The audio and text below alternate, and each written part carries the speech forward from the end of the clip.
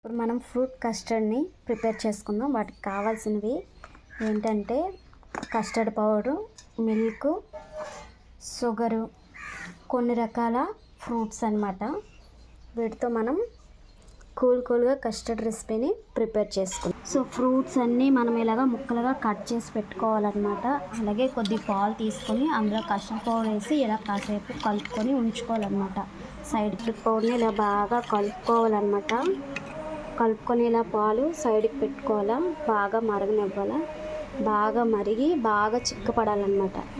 అంతవరకు ఇలా బాగా కలుపుకోవాలన్నమాట. ఇవి కొంచెం బాగా చిక్కపడాలి. పాలు బాగా చిక్కపడిన తర్వాత కస్టర్డ్ పౌడర్ కూడా యాడ్ చేసామన్నమాట. కస్టర్డ్ పౌడర్ కూడా కలుపుకోవాలి బాగా.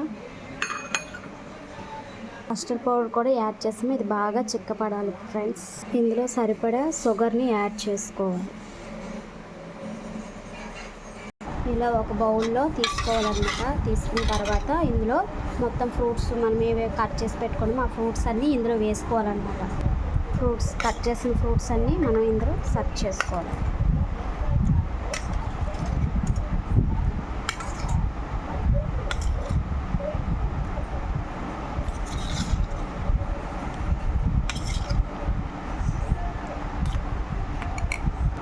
ఇలా ఫ్రూట్స్ అన్నీ వేసుకొని కలుపుకోవాలన్నమాట. ఇలా కలుపుకున్న తర్వాత డీప్ ఫ్రిడ్జ్లో పెట్టి కాసేపు కూల్ అయ్యాక టేస్టీ కస్టర్డ్ రెసిపీ ప్రిపేర్ అయినట్టే.